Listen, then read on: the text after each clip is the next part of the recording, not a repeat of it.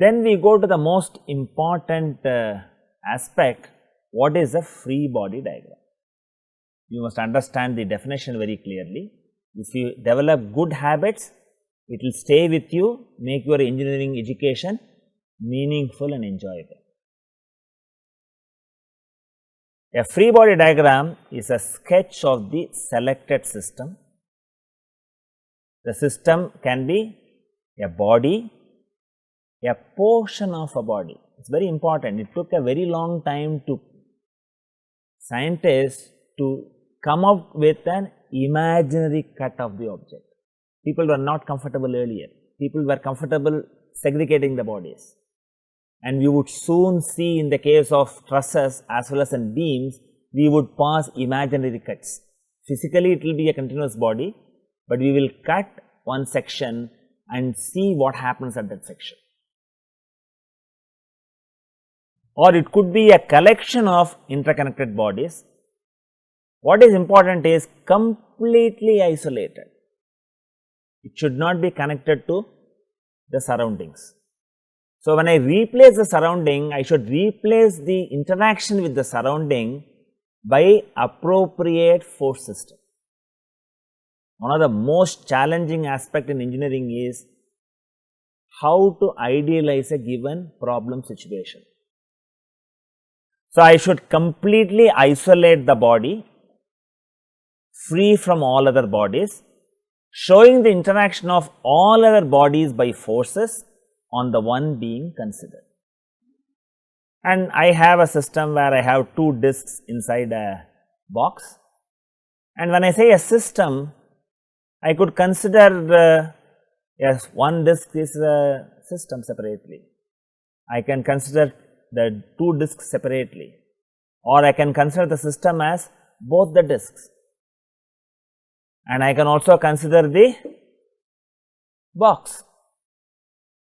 So, one of the first steps in solving a problem is, for a given problem, what is the way you would identify the system for you to analyze. Here I have only separated the system. I have not shown the interaction of the system with the surroundings. Fine. And what are the essential characteristics of a free body diagram? First of all, it is a diagram, sketch of the selected system. The system is to be shown completely isolated from all other bodies, including foundations, supports, etc.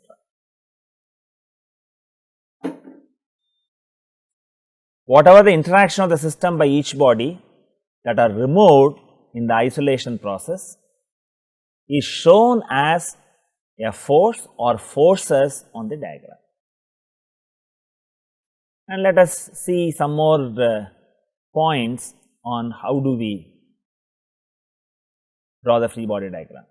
I have already said that we classify the forces as surface forces and body forces, and surface forces are easy to identify. There is very little chance for you to miss it because it is applied by direct physical contact, and body forces are by remote action.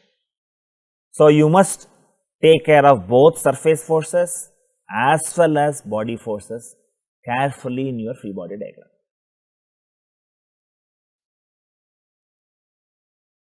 You should mark both known and unknown forces, because the idea is to evaluate the unknown forces by applying the conditions of equilibrium. Then the question comes, what are the unknown forces? They are usually the constraining forces, what forces that happen at the supports. And you have to indicate both magnitude and direction of external forces. So, you can assume any direction for reaction forces, these are the constraining forces. But if you know from a physics what direction the constraining forces, you can put that directly. I would encourage you to physically visualize the problem each time. Take assistance from mathematics, but visualize the problem physically. Whatever the direction you choose, if my final answer is positive, the assumption was right. If the final answer is negative, direction has to be reversed. Suppose I have a problem where there is friction. And finally, in a problem, you may have multiple dimensions. Include only essential dimensions. Another good practice is, whenever you take a problem to draw the free body, indicate the coordinate system. We conventionally use right-handed coordinate system. So, for the coordinate system, use the right-handed coordinate system.